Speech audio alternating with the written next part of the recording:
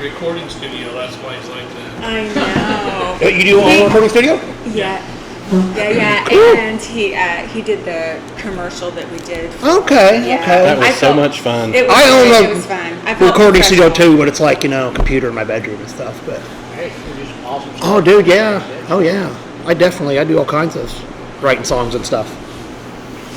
All right, welcome to Some Results May Vary. We have a Bigfoot edition today.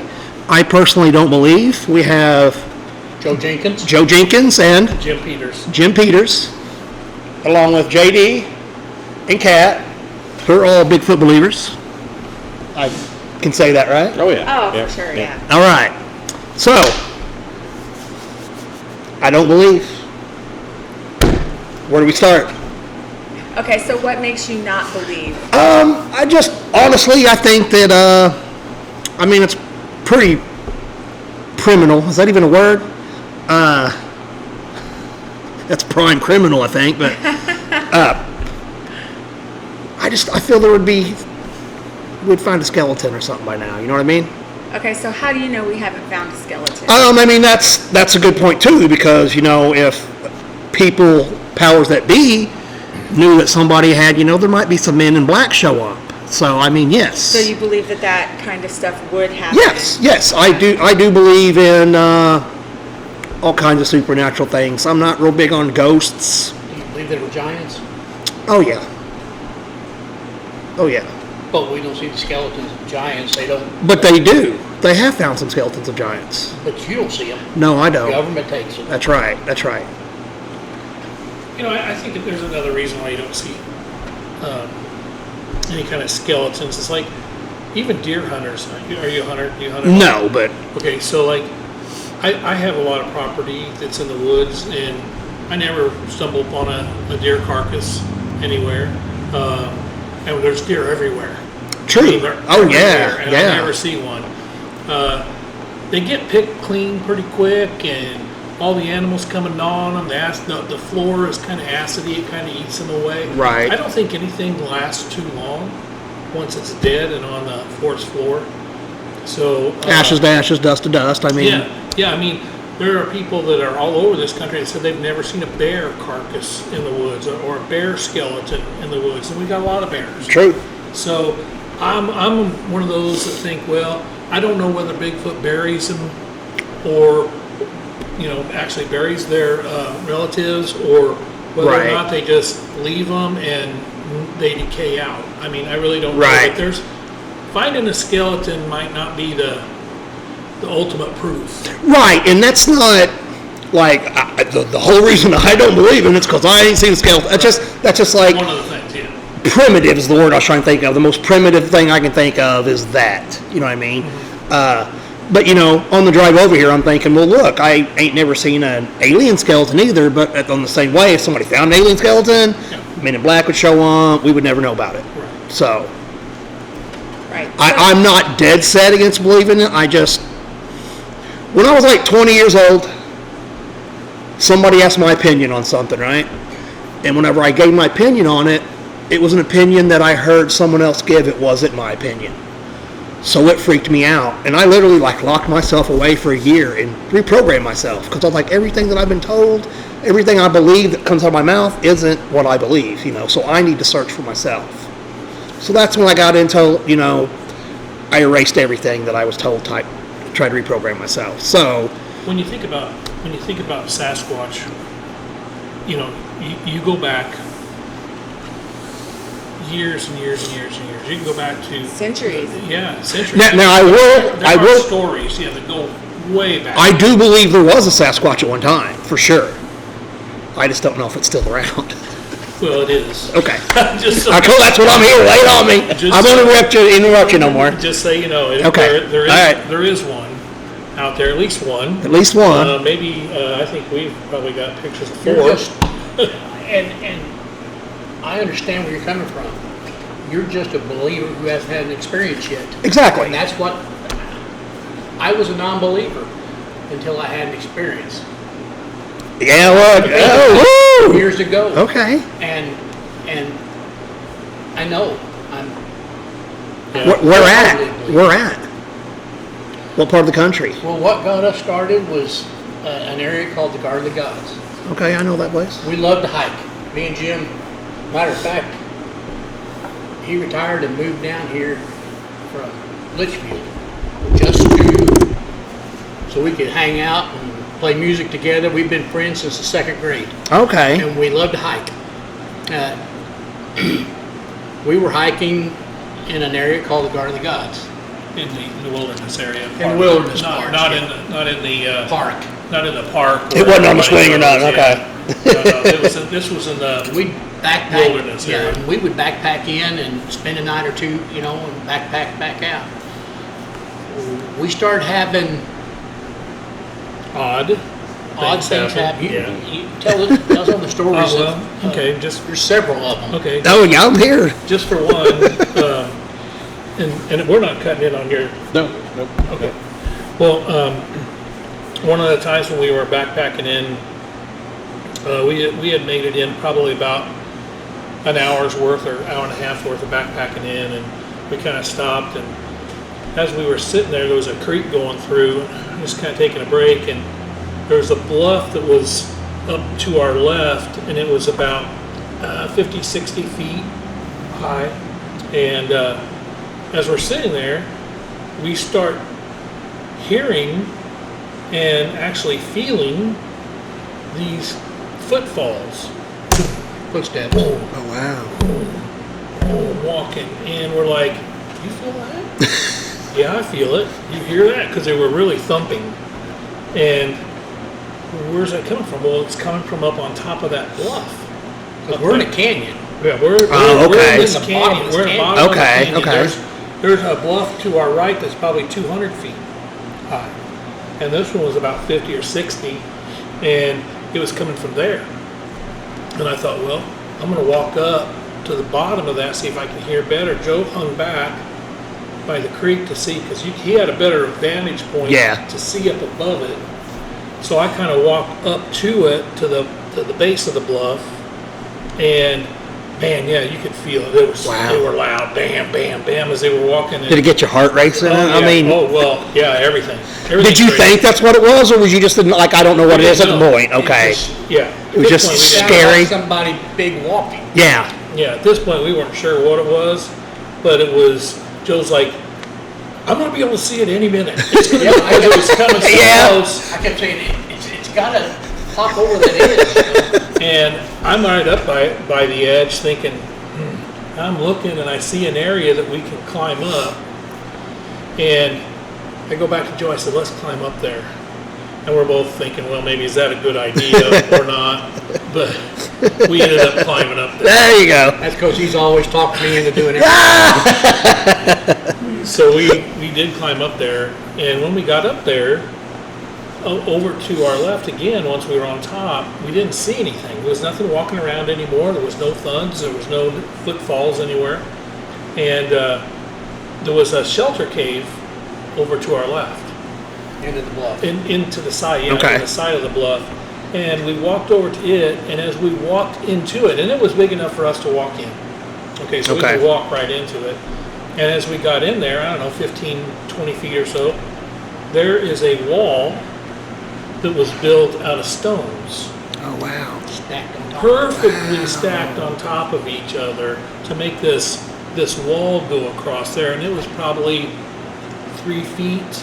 It wasn't natural, huh? No, It was not natural. It was definitely not natural, and it was about 3 feet tall. And I don't know how many people. We're in a remote area where we were backpacking, so I don't know. I mean, there are people that are probably have went through that area. I don't know of any that were up in there at the time. Could have been man-made, maybe. But at the time when we hear the footprints and we walk into the shelter cave and there's this wall built, it's like, that's kind of odd. Yeah. We continue to look around. We don't see anything. No footprints. As loud as that thing was thudding, but as you got to remember, this is on top of a bluff, so it was solid rock. Right. And it was underneath really there. cold out. And it was it was very Okay. cold. This was in the winter, and we finally climbed down, and we thought, well, okay, let's just. We're kind of heightened as far as Awareness of hyper aware of Yeah. things, right? And so we're kind of sometimes when you walk through the woods, it's very comfortable, Yeah. very serene, and you get that. And then there's other times when it's just like don't feel right. Yeah, So disturbing. It started not feeling right, but we continued on. We put our backpacks on and kept going. We walked for probably another hour or so, kind of watching for things and listening, and it was nothing. And so we finally decided to take another little break. Joe sat down on a big boulder that was there, and the creek was still running to our left, and we were just kind of standing there. And above Joe was this a huge Waterfall. bluff and a waterfall. Just trickle where it trickled. Yeah. And it was frozen completely. It was a frozen Oh. waterfall going down the side of this bluff, and it looked really awesome. I bet. Because it was just kind of the way it just from the trickling all the way down. It was just solid. That's awesome. And so he's sitting down there, and I got my back to the creek, talking to him. He's facing the creek with his back to the bluff, and all of a sudden, something was thrown. We're not sure exactly where from, but it came over my head, and it hit the bluff behind Joe hard enough that it broke the ice, and the ice come crashing down. That ice Yeah. that was all frozen on the side, wow. and it comes falling down behind him. Okay. Yeah. And at that point, we're like, okay, what? What's going on here? Time to go to the truck. Yeah. Yeah, it's time to turn around. We never did find out what. It was a rock that was thrown. We did see the rock. You did but see that? It thudded. Joe's got a picture of the waterfall. This is before. Oh wow, that's awesome. That was the me. bluff. We were standing there Oh, I looking see at the it. little So yeah, I mean, water coming over. yeah, I Ice. think- Yeah, right there's rock standing. That was. So you That's, can, that's that a thing- pretty picture. that- Except for that guy in the middle. Waterfall. Show the waterfall. Okay. Oh, right on. That's cool. See how frozen Have that you is? seen Pretty. it? Yeah, and that's Joe right there by it. And that's me looking back towards him, and you can see the ice on the bluffs behind us, and that's the bluff where they were walking. See how? Can you show the camera? Yeah, Joe probably can. He can get up there enough. I don't know. No, it just it's the beautifulest thing you'll ever see. But Do you know what? If we knew how to edit that in there with some of the we'll get there one of these days. okay, we're working. We'll on get it. there one of these days. We're a work in progress. Yes. So that particular time, yeah, we decided at that point we weren't wanted in that area, so Right. we decided just to backpack out. Didn't have any experiences on the way back out. But this was an area that we go all the time. Okay. So another time, you want to tell them about another time you were going in there? Well, we had one time when we were in there camping on this bluff, and it's probably 2 miles in, and we're on the edge of this bluff. We go to bed. He's in his hammock. I'm in mine. We're close enough you can talk, Well, go back before where we heard those sounds before we were trying to locate them. Oh, yeah, same area. Same area. Same bluff area. We're up there. We get up there early enough we can set up, and get everything set up tent-wise, and pick up some wood, fire, and things. And we're Yeah. up there, and we hear this sound, this mechanical sound. It sounds almost like a drill or something. Oh, Like okay. electric drill, Now, Okay. we're in the middle of nowhere, but we can hear it. Yeah. And it's over there. I mean, we're on this bluff in this woods. It's not coming from this direction Yeah. because it's nothing but bluff. Edge. It's coming over here. We can hear it in the woods. We walk over that corner where it's coming from. It's not there. It's over here. Oh. And you're still hearing this mechanical type sound. And it gets to the point that we're walking kind of in circles around trying to get this thing located. We split up trying to Okay, you go find there. this sound. Right. Over And here. we're trying to triangulate where this sound's coming from, because it doesn't matter where we go to it. It's somewhere else. It's someplace else. And it's just a weird... Now, I don't know what that has to do with Bigfoot. Right, but it's something. But it's it's something weird in this Yeah. There's something going on in this area that we're not really sure what it was. Wow. But it was just this sound that we could not locate. And it no was matter where you went, a it was mechanical somewhere else. sound in the middle of the woods. Yeah. Yeah. But we never could find it. Huh. And when And I then say it- it's if I- coming, I'm saying from here to the front door, that's where it's coming. You can hear Yeah. it right over there. But when you get over there, it's coming from over here. It was really odd, very strange, just enough Wow. to make you start thinking, okay, this is, I'm not sure where this is going. Yeah. Right? Weird. Very. And just like it started, it just stopped. So we both like to sleep in hammocks. So I hung my hammock up, he hung his hammock up, and we were going to drift off. Finally, we after talking all night, we had a fire built. It was cold. It was probably, I don't know, October, late October, and we built a fire. And we had a reflective, one of those Mylar reflective type blankets that we hung up. We strung to reflect the heat back towards us because the wind was blowing, it just blow the heat away. So we hung this thing up to reflect the heat back to us. And we were just sitting there talking and enjoying the evening like as usual, grabbing something to eat. We usually had some Mountain House food, we'd heat up, eat. So we were just sitting there talking. The stars are above us. We're watching stars because it's so dark out there. Yeah. Right. The stars are like three-dimensional. Right. It's beautiful. And so we're just sitting out there, and we're sitting on the edge of the bluff, actually. Sitting on this bluff, it's probably 100 feet down to the treetops. And then from there, it's probably another, 80 feet or Right. so down to the floor. Right. And you can't see a lick. It's just dark. There's no moon. It's just dark. And we're just sitting there talking and enjoying the night. And nothing else really weird happened. And we thought, well, it's getting late. Let's go to bed, hit the sack. So he jumps in his, I jump in mine, and we get all zipped in. These things have mosquito nettings over them, so you can zip yourself in them. Oh, cool. My cousin was with us, Tim. Yeah, Tim was with us too. There was 3 of us. And about, 4 o'clock in the morning, I kind of wake up to some noise, and it's Tim. He's out restoking the fire because it was dying down. It was cold. So he's standing out there getting that thing going, and I thought, I better get up too. So I got up, stand by the fire. Me and him are talking. Joe finally wakes up, and he's like, I'll get out and join the party. So he wakes up, and we're all just talking about just crazy stuff, right? Just whatever. It's 3 o'clock, it's 4 o'clock in the morning. We're not really, whatever. So, and then I'll let you tell what we had, what we heard. So This is what happens. Yeah. I'll let you hear what we heard. Okay, yeah.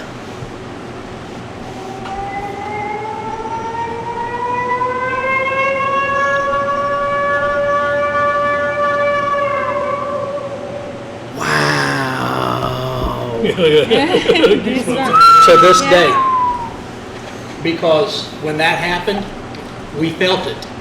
Oh. We felt it going through our chest. It was that loud. Oh, wow. And this was coming from across the valley where the bluff was.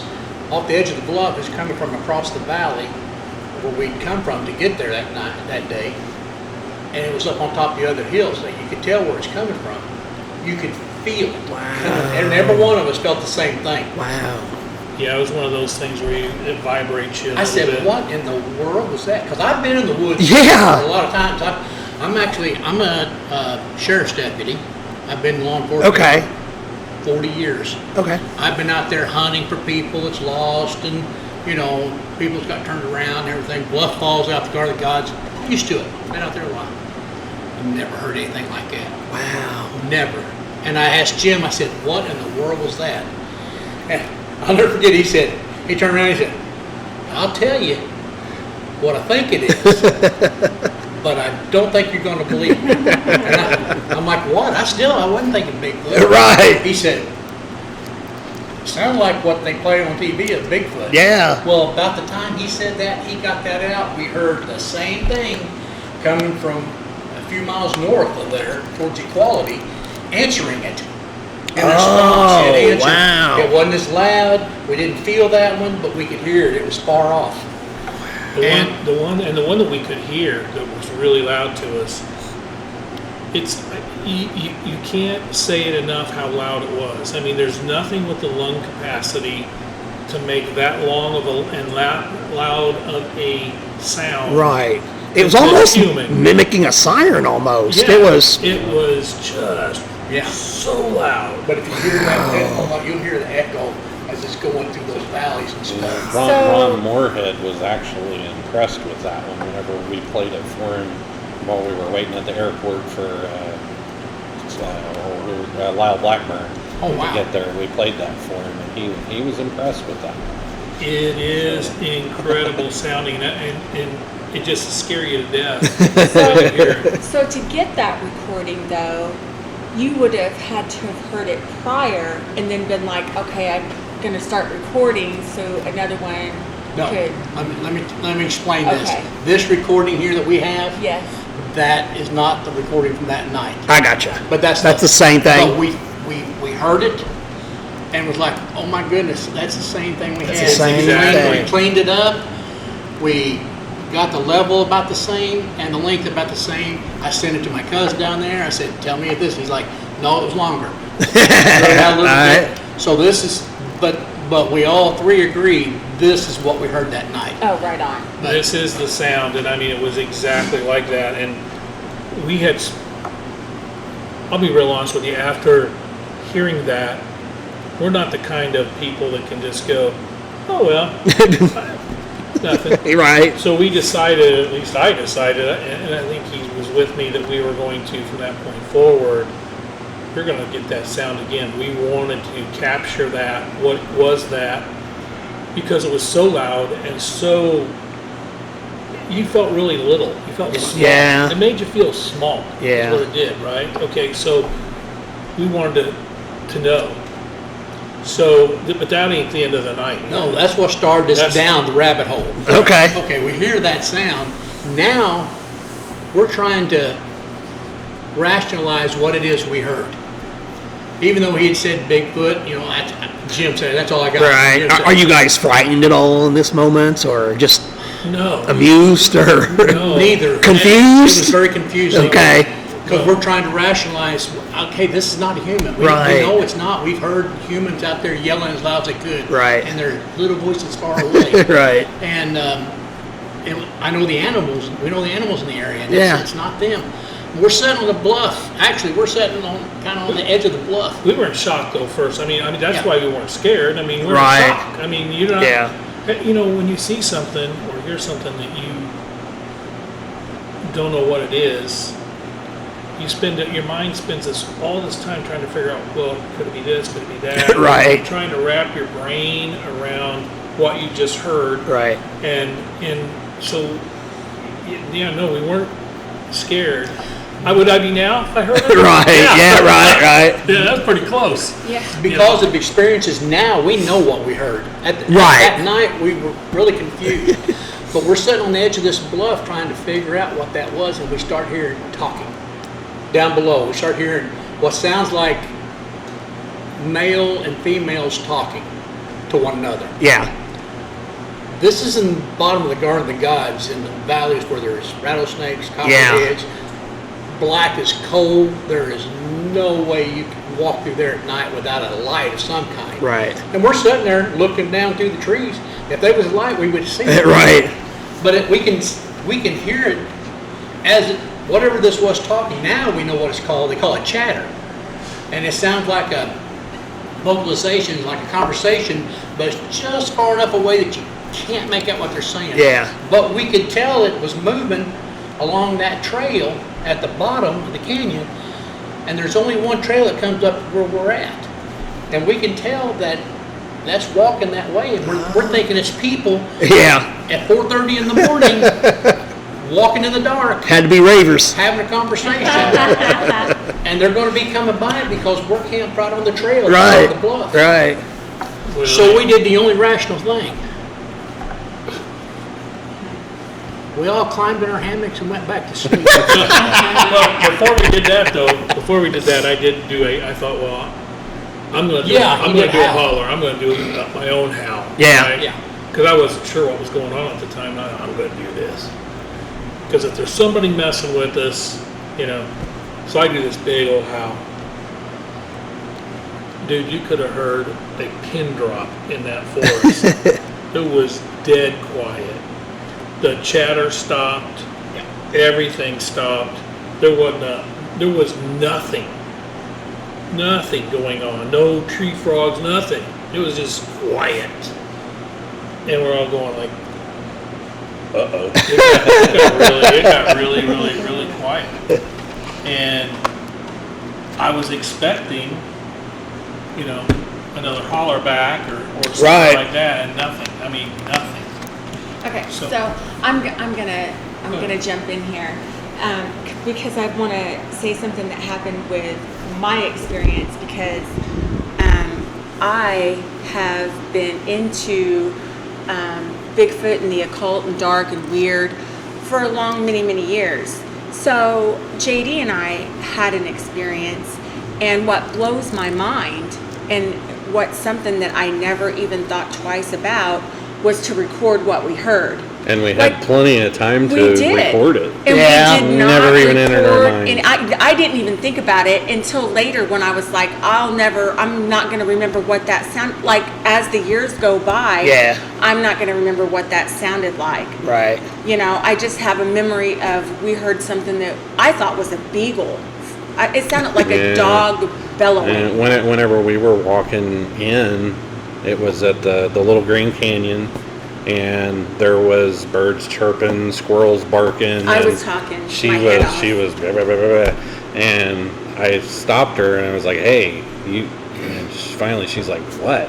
And I said, "Do you hear that?" And she's like, "I don't hear anything. What? And I said, "Exactly."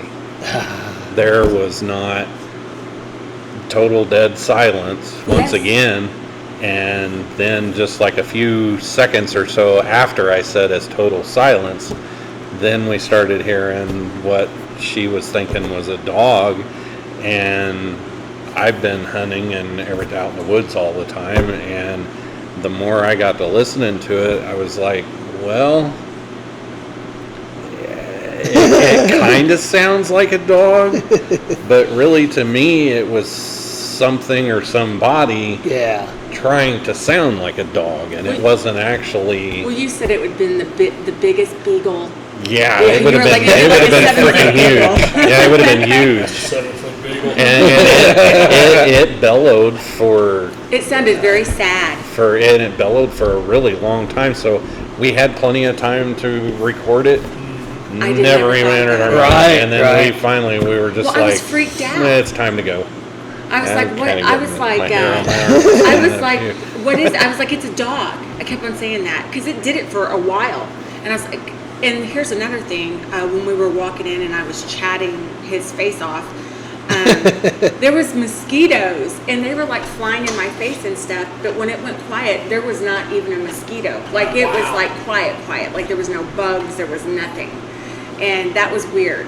I thought that Yeah. was very weird. And then it started, and it was close. Yeah, and it was moving closer, not fast, Right. but it was moving towards us. It and, freaked me out. Yeah, we were like, time to go. Yeah. So whenever we got back to the car, we were like looking on Facebook and Google just to see if there was some weird farm that had camels or emus or something Something that that's wasn't not like- normally Right, around right. and we didn't see anything on there. Your mind's trying to rationalize. Yeah. It does. And Yeah.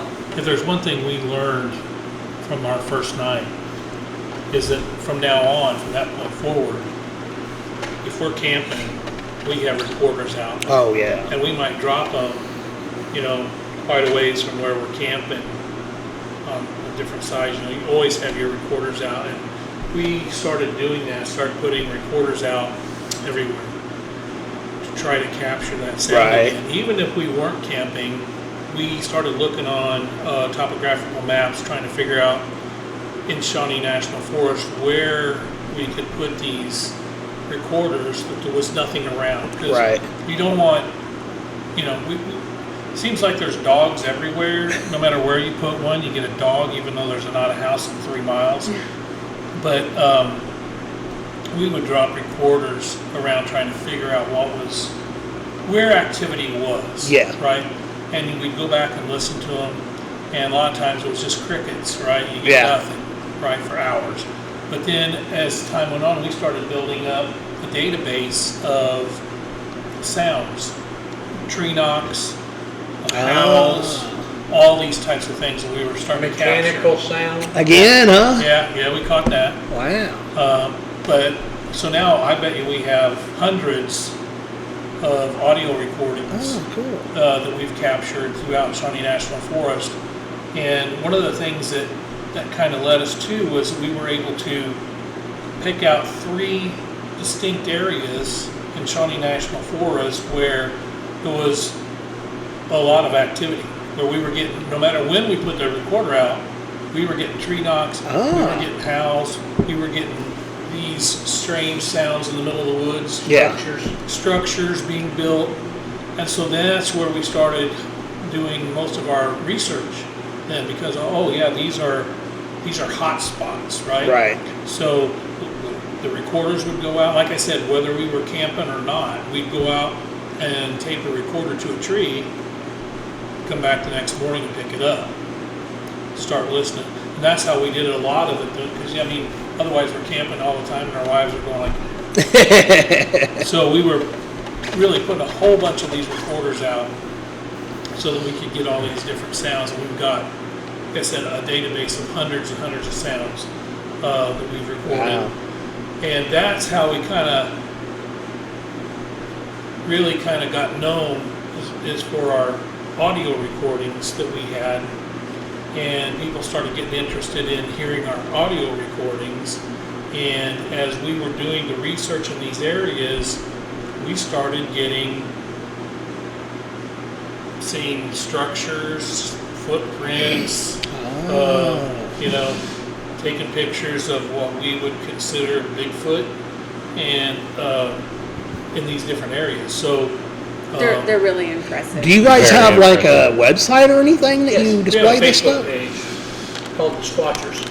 Sqwatchers? Yeah. Sqwatchers. S- Check it out. SQ. Sqwatchers. The Sqwatchers. The Sqwatchers. And it's on Facebook. And we do have some of our pictures up there. Not a lot, but we do have a lot of stuff from our last investigation. We did an investigation at this place called Bandy Farms. We got crazy stories about Where's You, that you at? invited us to go, actually. Yeah. we absolutely. wanted you guys to go with us, Yeah. and Where's Bandy's Farms at? it's in central part of Illinois. Okay. I can't give you the exact. Okay. location, That's, but, yeah. The guy wants to stay anonymous. That's fine. Yeah. I just know Bandy who owns the pumpkin patch, and that's what I was like, is it around here? It's not that bad. Okay. And I'll say this too, even though we were putting out the recordings and we wanted to record that sound again, Yeah. and we're getting all kinds of things, we still weren't sure of what we were doing. Oh. We still wasn't sure. We weren't, are these structures really Bigfoot, or is that just us, Right. or is this really a tree knocking? So we started reaching out to people, BFRO people, and we had a man from Hillsborough, Illinois, has a degree in Biology. biology stuff, and he was a Bigfoot researcher. And we got him to come down, asked him if he'd come down, take a look at our stuff, and let us know. Honestly, what I told him was, let us know if we're crazy. And he comes down, listens to our stuff, he looks at our stuff, he's like, guys, you're crazy. This is good stuff. He brings another guy down from Springfield.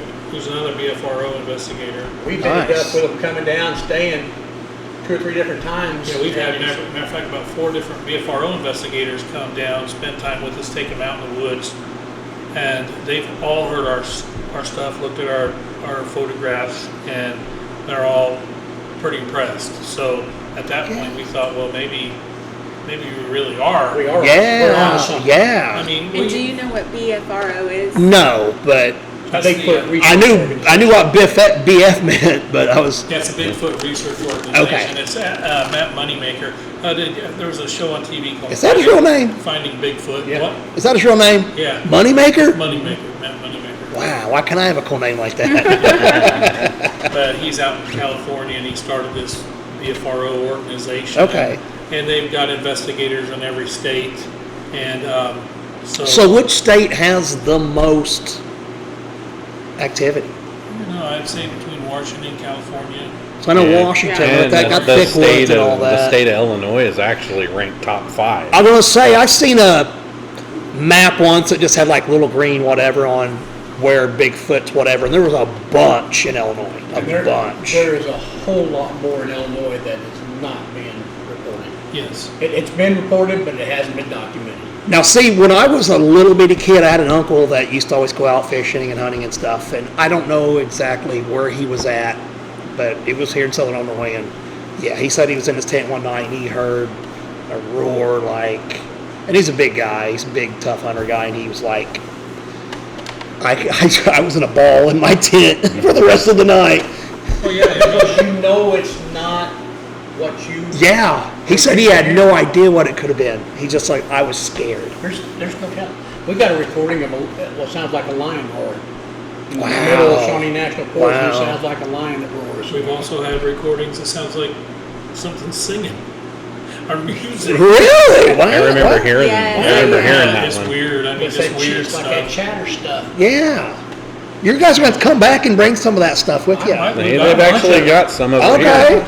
All right. Yeah, On sure. that one investigation, though, we really wish you guys could have come with us. It was good.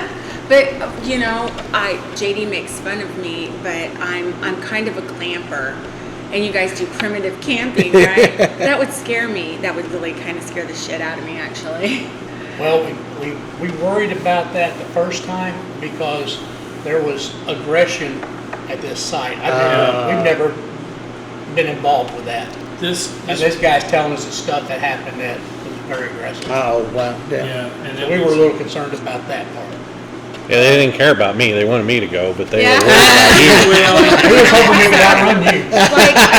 like the side by side. You were like, let's go on the side by side down where you guys live and stuff, and that's beautiful country down there. And I'm like, absolutely. I was Yeah. like, let's do that. I mean, it's too cold now, Yeah. but yeah, as soon as it warms up, yeah, I'm down for that. But that primitive camping, I was telling JD, I don't want to think that I'm a girly girl because I'm from Southern Illinois, but I'm kind of that's She's not a my girly thing. girl. I like a camper. I like a structure, even if it could. I would just rip be it up all apart. night. I would just be up all night. Yeah. It would be my thing. I would just be up. Yeah. Well, I'll tell you what we've done for this, where we were talking about staying. This next time we're staying in the woods where that structure was built overnight. We bought an alarm system, honestly. So when we camp, it's got tripwires and everything to run around, so we can put it around the campsite for us. Oh. We've never done that Yeah. before. But This because one- of this, some of the stories, that's when we go in the spring, that's what we're going to do. He called us originally because he's a hunter, and he was sitting in this tree stand, and he said it was a shorter tree stand, about 12 feet high, and he was sitting there, and it was still dark. He went in, of course, when it was dark, climbed up in there, got comfortable, and then his buddy was about 100 yards, 150 yards away from him in another tree stand. And he said if the trees weren't in between us, he could have had a line of sight on Yeah. it. And so all of a sudden he gets a text from his buddy, and he says, I'm hearing something walking around back behind me. And he goes, it's big. And he goes, are you messing with me? And he goes, no. And then all of a sudden there was this howl. And I guess it was a big loud howl. And he's texting him again going, you're kidding me, dude. Stop messing with me. He's setting up in a tree stand. Yeah, quit messing with me. And then he hears that when the howl goes off, both of them hear it, and the guy goes, dude, that wasn't me. But I do hear it. And so he had a little night vision scope with him when he kind of looks for deer when it's still dark. Yeah. And he could hear the footprints coming behind him. And for 10 minutes, he sits and watches this Bigfoot walk around his area where he's at. And I said, so now, how big was this thing? He goes, dude, it was 7-8 foot tall. So it's big. And it's thumping around, as it's walking. Footfalls are just heavy. And it's kind of just walking around back and forth. He said, I had eyes on it for 10 minutes. Wow. He said you could see the hair kind of moving with Yeah. it. And I'm like, dude, what were you thinking? He goes, I'm thinking, all I've got is a one arrow, here, and that ain't going to do anything. So he said, I just sat really quiet. He goes, I don't think it saw me at all. I'm thinking, in my mind, yeah, it knows everything. It's in the woods. Yeah, it probably smells you and everything. Yeah. So, but anyway, this was on a Saturday, and it finally goes away. Daylight comes, and Sunday rolls around, and they go back to their deer stands. But he's raised it to 25 feet. So, now he's got a 25-foot deer stand because he said that thing could have reached up and grabbed me at that 12-foot. So he puts a 25-foot up there Saturday afternoon and goes back Sunday, and he's 25 feet in the air. And he sees it again. Oh, wow. 2 days in a row. So that's when he called, got our name, and called us. I think JD's the one. Yeah, Actually, that got it. Where was this at again? This is in central part of Illinois. Okay. In Oh, Illinois. okay. I know what you're saying now. And so anyway, he got through. Yeah, there was a post on Facebook, one of the big Illinois Bigfoot groups, and they were asking, is there anybody that I could have come and check this out? And so I hurried up and tagged them, like maybe they can come up here and help you out. And so I'm glad you guys got hooked up with that. So we were a week behind, week late, but we're sitting out there and we're talking about stories. He's telling us about that incident. Well, was there anything else that has happened here over the years? And he said, this has been his family for years. Door after door. Oh, really? Oh gosh, yeah. He said when they were younger, they were camping out, and in the middle of the night, they heard a friend of theirs scream bloody murder. That they all jump up and they go to his tent. His tent has been pushed down, completely collapsed, right on top of this guy. I mean, they just pushed it right down, and he's like, what the heck? I guess they were hearing stuff rustling through the woods, breaking stuff as it was running through the woods, but it had pushed their tent completely down. And of course, they all left. He was like, nobody could stand after that. Right. So they, a bunch of party poopers, they all went home, right? And he had other stories. You want to tell any other stories? Yeah. Now, he's got friends that won't come back. They've been there and they've seen stuff. As a matter of fact, on the night that we was there, the guy that was there that heard the other yell was with him. He asked him to come out with us. He's like, no, I'm done. He said, I've done enough hunting this year. He said, I'm not coming back out. Oh, wow. But he had his story where he loves to hunt, and this property is a hunting property, and it's set up for that. And he went one night and drove out there to the farm and just parked up there in the field and went to sleep because he was going to get up early in the morning and be there and just walk down into the woods where his place was. He said about 3:30 in the morning he was sound asleep. Wham! And his truck moved about 4 foot over the back end of the truck. Thousands of dollars worth of damage. He said, I said, what'd you do? He said, I started my truck up and I was done. I don't blame him. I said, you didn't look to see what kind of damage? He said, no. I don't blame He him. said, I didn't worry about the damage. He said, it started and I took off. And he said, that morning, when he got out, he looked at it and said it was like $3,000 worth of damage to the back bed of the truck. And he said it was a big truck. Yeah, big truck. It was Yeah, I did the same thing. I started and got out of there. It was kind of he had a lift kit on it, and it was he had big wheels, big tires, and it was lifted up pretty high. And he said just thousands of dollars back to the bed of the truck, and it had scooted the back end. When he went back out there, you could see where the tires were pushed. It was pushed like 4 feet on the back end. Wow. So, but he's honestly had a lifetime of stories of things just didn't know. He knew what it was. Yeah. He said he's been in the tent his girlfriend, and he heard something. He looked up, and there wasn't a cover on the tent, and it was looking down. One of them was looking down at him. He said, I reached over and grabbed my gun, and I cocked it, and he said, you just hear it take off running and out to the woods. Of course, he didn't go back to sleep the rest of the night. He says, Yeah, I don't Jim blame said, him. did you go back to sleep? He said, no, I didn't go back to sleep. Wow. So this is that there was this whatever was there had a history of being aggressive. Ah, okay. Okay. Now we haven't seen that before, like in our area. It's always been, relatively It's those dang northerners every time. just angry. No southern hospitality. We got some pictures we can show. You want to show the pictures? You want to see some of our pictures? Heck They yeah. have something else down there too that's wrapped up for you.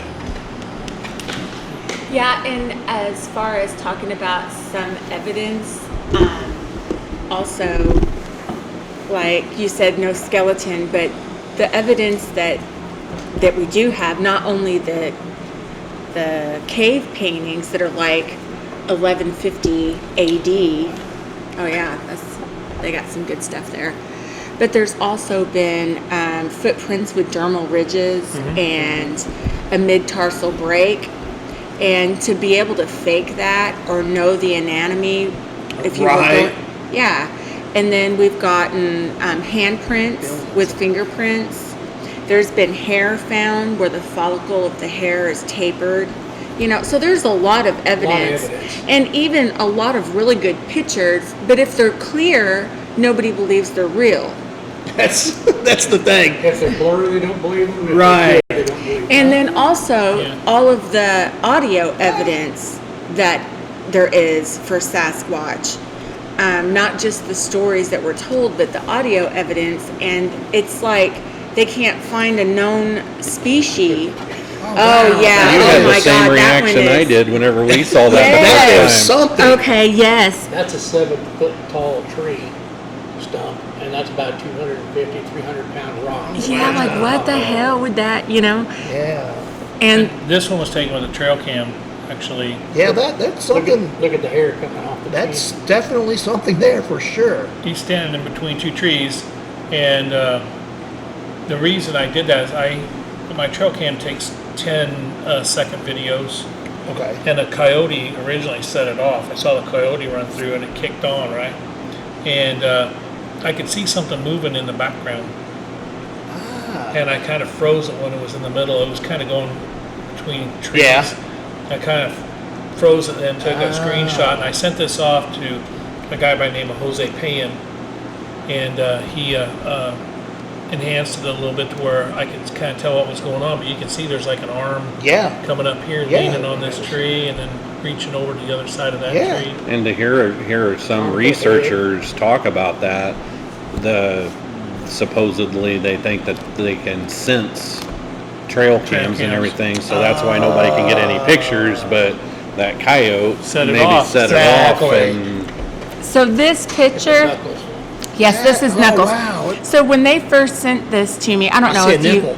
That's what I but said. it's not. It's not. Do you know what that is? No. The eyes. That's exactly. That's what I was getting ready to tell Okay. you. Yep. That's I what. was thinking this was the head up here. That's It what is. I It said. is, but that's Top the of eyes. head, but it comes round and round. Oh, okay. So Okay. what we believe is going on here, we believe he's kneeling or Squatting squatting down. His hands are on his knees, and his His head. hips coming out here. Yeah. Shoulder coming off here. The arm. Shoulder coming off I here. mean, are those fingers? Yeah. knuckles, Yeah, like wow. that. Yeah, that's, wow. They have a tendency to sink their head like this, and that's what he's doing. His head is Okay. sunk in there, and that's his eyes there, like his nose is right in there. Yeah, I can see it. I said the same thing you said, Joe. That's the Yeah, story I was nipples. about to tell I you. was like, that one nipple's a little off, though. Yeah, but you know what? Do you know what? I don't know if you guys remember the first time I met you, but I was so skeptical, and everything were. that you said, I was like, okay, so I don't was there believe somebody that. around, or what was going on here? And- These That's eyes all right. That's on that's this good. thing were That's that good. big around. I mean, and they were looking at me, and they would blink real slow, just kind of close, look back up. And I was moving around, and shining my light at it, and it just kind of the eyes would close. And I thought it was a cougar, because I thought it was a cougar Right. set upright, you know. Yeah. And, And this thing and here, when I put it on my computer, because I had a little screen on my, Right. and when I put it on my computer, I'm like, that is not a cougar. No, that's so this eye shine here, you're seeing as yellow. It's not necessarily a reflection like eye shine, because when you took it off, you can still see the yellow eyes. really. Yes. Yeah. Oh wow. So, yeah, that was, and obviously you can see the timber. It's kind of Yes. sitting back inside the timber line there. That's impressive. Yeah, that's a cool one, isn't it? This one is even a better one. Oh wow. We have a better picture of that. Well, this is like the original picture. No, this is the original picture here, where he is sitting up in the woods. And then this is zoomed in here. I took that while I was on duty. Oh yeah. Yeah. And there it is, kind of with black and white See the arm zoomed in. across the. Yeah, I sure Chest do. here. I sure do. Then you can see his head, Yeah. shoulder, elbow here. His arm's coming up here, and his fist is darker on his chest here in the center. I don't know if I can hold it right for you because the glare Oh yeah, I see it. coming up here. This shoulder here, his arm is resting on this tree right here. It's going down. You can see where he's kind of got his Yeah. arm leaned up there, and he's kind of just sitting there with his leg over it. You see the elbow right there? Yeah. Yeah. You see how it's little up there where it's kind of tufted up? Yeah. So we need to have the listeners or anybody who's watching this have some sort of link where they can see this. I guess they could see them. Can they see these particular pictures on your Facebook? We don't have this one on. Okay. Yeah. And it is again The Sqwatchers. the Sqwatchers spelt. SQ. W. W. No, you. No, SQ. SQWATCHERS. Never ask him. Check it out. There's Don't ask him to spell.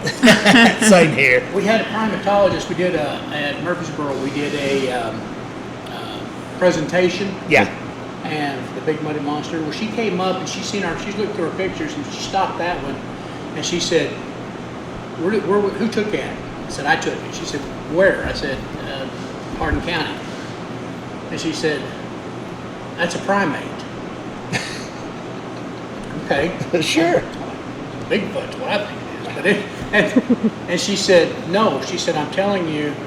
She said, "I get sit pictures all the time." She said, "See this here on the corner of the shoulder?" She said, "That's tufting." They said that primate's hair tufts up on their shoulders. And she said, "And that's what's happening here. You can see it, and you can see where it's tufted up on there." She's also, this is like his chest area. I could totally see somebody looking at that being like, "Oh no, that is a whatever," but That's what she said. not in Illinois. It's She said, not. she said, "Can I have a copy of that picture?" I said, "Sure." We sent it to her on the phone.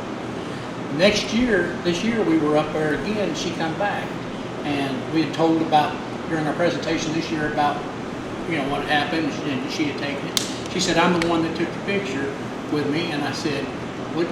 Did you send it to your colleagues?" She said, "I sent it to all my colleagues with the caption, 'What is this?'" And I said, "What'd they say?" She said, "Everyone responded back, it's a gorilla." In Hardin County watching cows. And I could see somebody Yeah, looking at that it looks like thinking a that, gorilla. but I mean, that looks like a gorilla. yeah, but it's not going to be in Illinois wilderness. No, you're right. So, and then this is the other picture we got, and this one's a little bit harder to see. You get it to where you can get no glare. Right there. Oh, dude, it's So you can see this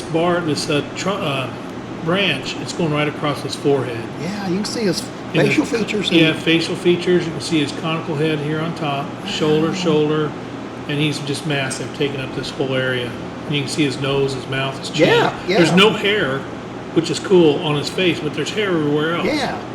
We embossed it, the picture. Look You at can the see his lips. lips right underneath there. Oh wow. Look at him. Wow. That's with an embossed filter on that. Wow. I was all like, he showed me a picture of his messed up drywall he did. No, but yeah, you can see his lips right Yeah. there. Wow. Right And what underneath there. embossing does, it kind of gives you a depth. Okay. So, and that's what it did. It just come out. Oh wow, that's cool. The face and the lips and the. Yeah, but you pointed right to it. There's a lot of people Yeah, look at this yeah, picture. no, and go, I you can see it. it's got an arm right Yeah, here. he's standing right there. Wow, yes. filtered out a little bit better. Yeah. That would make a great album cover right And there. don't you have one of you guys standing underneath that branch Yeah. to show the Yeah. difference in size? Yeah. Somewhere we Now, is there like a valley there or something? Yes, it is. I was See, gonna this say, is yeah. this is the top. This is the edge, top, and he's standing down in this ravine, right? So we're only seeing him from like the waist Right. up, right? The rest of him is down here. That's the rope bed he was standing in. And that limb is 8 feet from the limb to the ground. Check. Oh, wow. Check out this. See that darker structure Yeah. there? That's Oh, this yeah. right here. Okay. So see that right there? Yep. That's that. So he's standing there and he's down in that. And yeah, this right here we measured to the bottom of the ravine. It was 8 foot. Wow. So he's a big boy. I mean, his face is clear as day. That's I did take this picture, and I took it with an iPhone, believe it or not. And this is a color picture. okay. Okay, it's not black and white, Really? but it was March when I took this picture, and it had been raining all day. The leaves weren't on the trees yet, and misty and gray out and everything. You know, when those gray days, it's just gray. Everything's gray. Gloomy. Yeah, and I was probably 60 yards from where he was, and I had just had this timber cleared out, and I took this picture because I couldn't see through that area, and I'm used to seeing down through there, and I'm thinking, Yeah. what is going on? And the thing was, it froze, I froze, and I'm thinking, okay, where's my phone? It's in my back pocket. And so I'm very slowly reaching back to get my phone and get my phone up, and I didn't even take time to zoom it in, to pinch it Right. out. I just snapped the picture, and I went inside, and I wanted to get my wife to come out and look real quick. Well, it was gone. I mean, Right. soon as my wife got back out there, it was gone. Of course, she didn't believe me. I showed her the picture, and she's like, "You gotta be kidding me! Why would you bring me out this? You're messing with me." So, because she didn't believe the picture at first, but then, then I took another picture. Just minutes later, there's nothing there. So, That's awesome. so there's some pictures that we have had, right, that are all of Bigfoots and structures. They're like these all weave together. It's weirdness, isn't it? Yeah. Out in the middle of It's nowhere. not natural, that's for sure. You'd be surprised what you find when you really start looking. This is a little structure here. That's me standing there right by it. Well, sometimes I say something like that about structures or pictures of structures that are out in the middle of nowhere. And if I'm talking to JD, he's like, well, I go turkey hunting, and sometimes I put stuff and like cross things over or whatever. So he's like, Yeah, for kind of like a blind, and some of these pictures, whenever I was looking at them, I'm like, I've seen some of them, whatever. But then you get to some of those that's big trees that's positioned, and then you got that big old rocks. well, the Yeah. rock there on on top top of it. of that is weird. This one here was weird too, because we had 2 foot sticks that were broken, all the same, and they're all the way around the base of a tree. Just leaned up, all the way around the base. Some people have seen that all over the place. It's not just here. That's why he had that trail cam out there and it picks up the coyote. That picture there, Yeah. it was because of these structures over here. Does anybody have any theory behind why? Well, one of the people we were talking to said, well, the number of sticks going around the base of the tree is the number of children in there, or okay. in their group, Tribe. tribe. We don't know Okay. why they make things, but we see them everywhere. Some of them could be man-made. Yeah. And what we go with is what you said. It don't look natural. Right. This tree here, you can see how these are bent over. Oh, yeah. And then this tree here was probably that big around. It was drug over. There wasn't no root system on it. It was drug over and put up in here, as was this tree going up. And they was on top of these things here, where the trees had been bent over. But if you look at that picture right there, see that tree? Yeah. It's balanced on top of this one that's laying. I was gonna say, it don't go down, does it? No, it's balanced on top Oh, of there. wow. It just, it There's was a better just close-up stuck of up it. there. And Yeah, it's got there's it a close-up balanced. of it. Yeah, that's weird. Yeah, it's balanced up there on top. Huh, wow, And that thing's probably 25 feet from the base all the way up. wow. So, things like that are just really too odd, I'd have been like, it's the Blair Witch. Yeah. So with bringing up like Blair Witch, what do you guys think about Dogman? Is this that? Yes. I've never seen anything like it, so I can't answer that. I have no idea. I don't count anything out anymore because we don't know what's out there. So with that being said, and you have a Christian background, so how does that fall into your belief system? That there might be Dogman or there might be Sasquatch? As far as I'm concerned, God created everything. yeah, the Bible tells us about that. That's a very good way. Do you guys believe in aliens at all?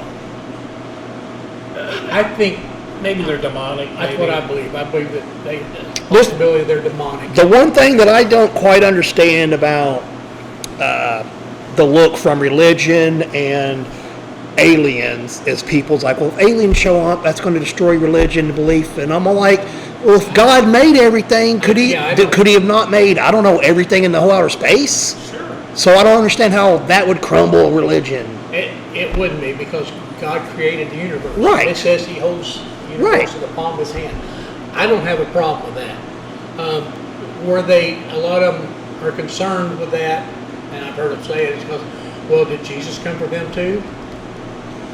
Are they sinners, or did they have a fall like we had in the Right. garden? We don't know that. Yeah.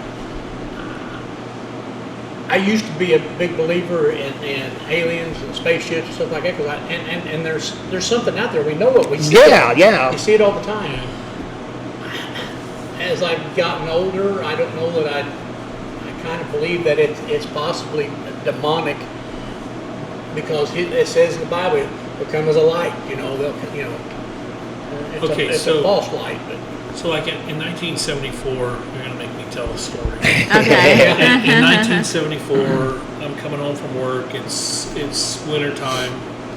I have a Jeep CJ5, and I'm driving home. There's 3 people in my car. We all work together. We were all welders, and I'm driving home. Got those in there, and there was a car off in the ditch.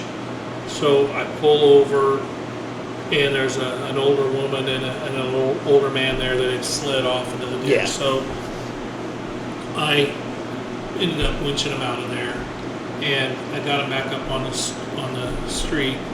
This is on a blacktop road. It's not traveled a lot, and we are looking off to the west. The sun is setting. It's after work, and there's a lot of orange in the west.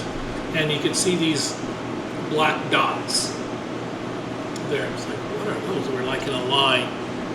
And you could tell as you stood there, they were kind of getting closer, and we were all watching them, the older couple and the 3 of us. We were all sitting there kind of watching them.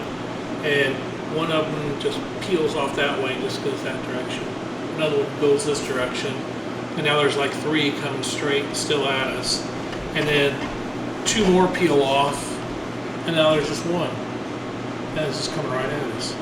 And we're all standing there, and we're all looking, and it's just coming right at us, coming.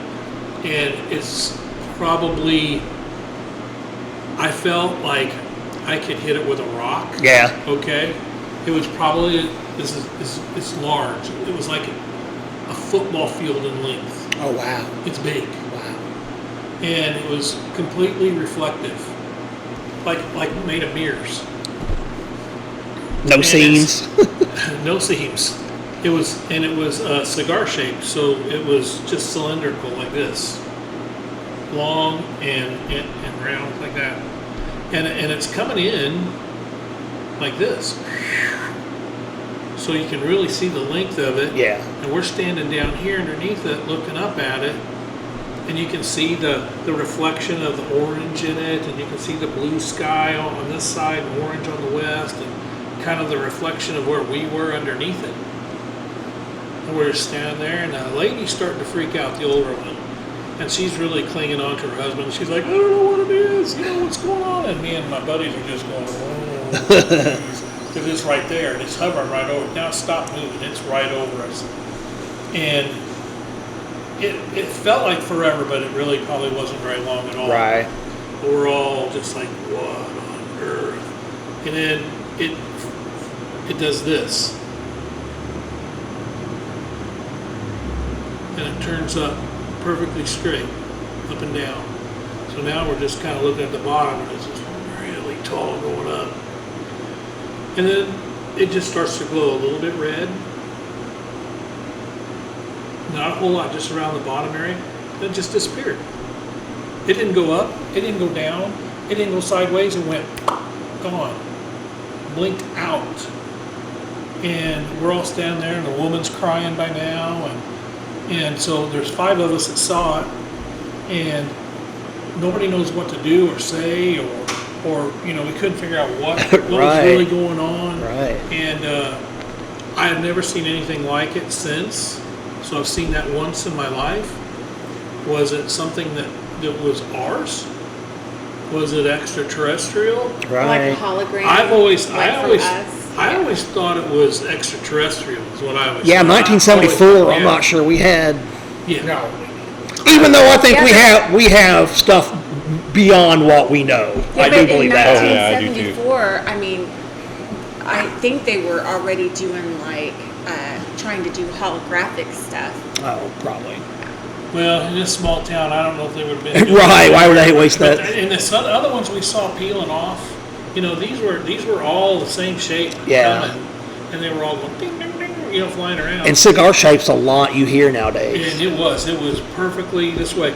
And later, this was in the same area that the famous triangular shaped one that was going through In Illinois? Illinois. Dupo or whatever? Yeah, Yes. the same area. Okay.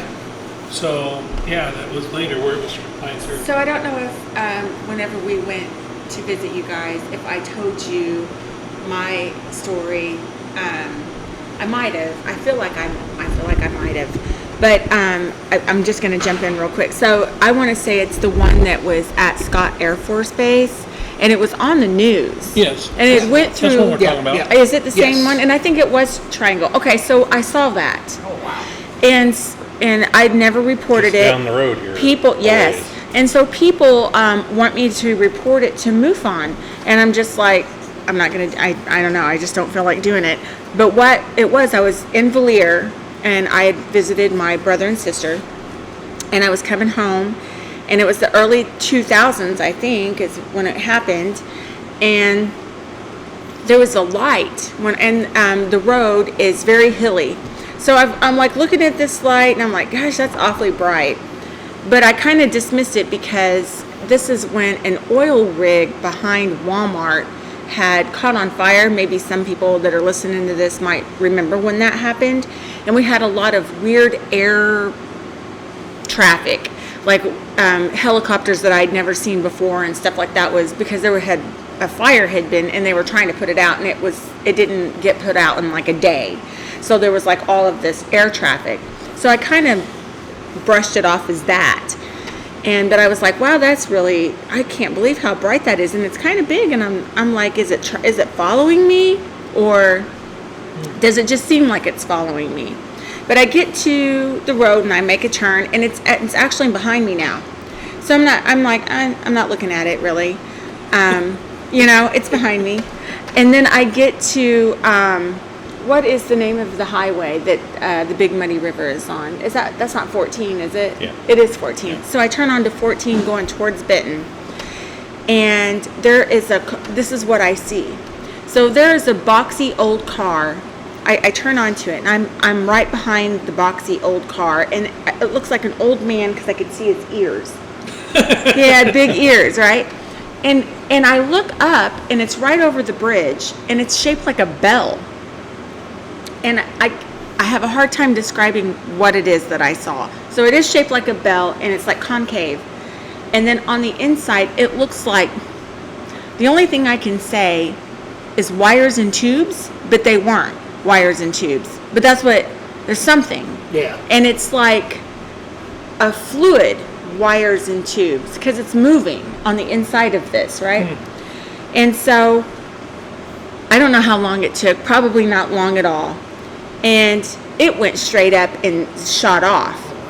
So the man in front of me, I don't know, but he just slowly drives off. And so I just slowly drive off behind him, you know? And I call my mom. And I'm talking to my mom, and you gotta remember, this is like early 2000s. So I call my mom and I tell her what just happened. So my mom goes, "Have you been smoking that wacky tobacco?" Yes, Mom, that's how it is. She's like, "Are you been smoking that way?" She was like, "What are you talking about?" And I tell her again the story, and she was just like, "Yeah, you probably need to go home." I was like, "No, I'm sober. I just got done, like, I was visiting John and Lori. I am sober, and I'm just driving home, and I got to work tomorrow. I'm sober, Mom." But she thought I was high.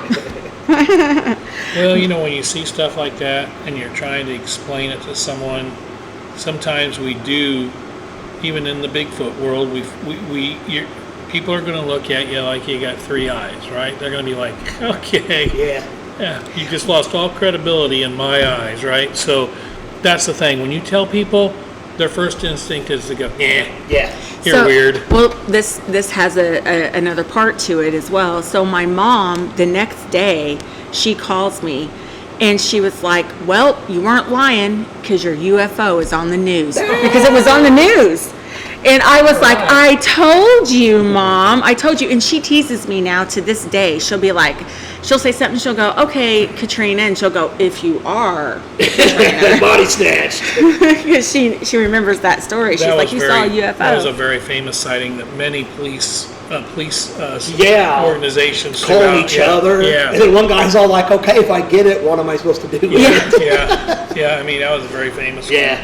But anyway, my sighting was in the same area, so it was like that was a busy area for that. So I haven't seen very many since at all. Wasn't it also seen in Carbondale? I want to say Carbondale. I don't know. It like went all up that way. Well, then it was also in Benton. Mine was a bell. It wasn't a triangle or what. One of them was like a house, shaped like a house or something. There's a Netflix series called Unidentified, I think, maybe. And one of them, like, a quarter of the show was just on that. On bell-shaped? No, on that triangle on that one. Oh, right on. And it has all the phone calls from the police calling the next police officer. Okay, right There's on. a possibility we're talking two different sightings here, because the other one was obviously a triangle. Yeah. Everybody said it was a triangle. You know, it was never a bell. It was always a triangle. All the police stations, "Oh yeah, we've got it. It's clear." They're looking at it. They can see it in the sky. So, yeah, I mean, it could be the one you're seeing. And I think, if my memory serves me, the Kecksburg incident involves a bell. Could be, yeah. Might look that up. Yeah. Okay, because I never heard of that one. But the next day, the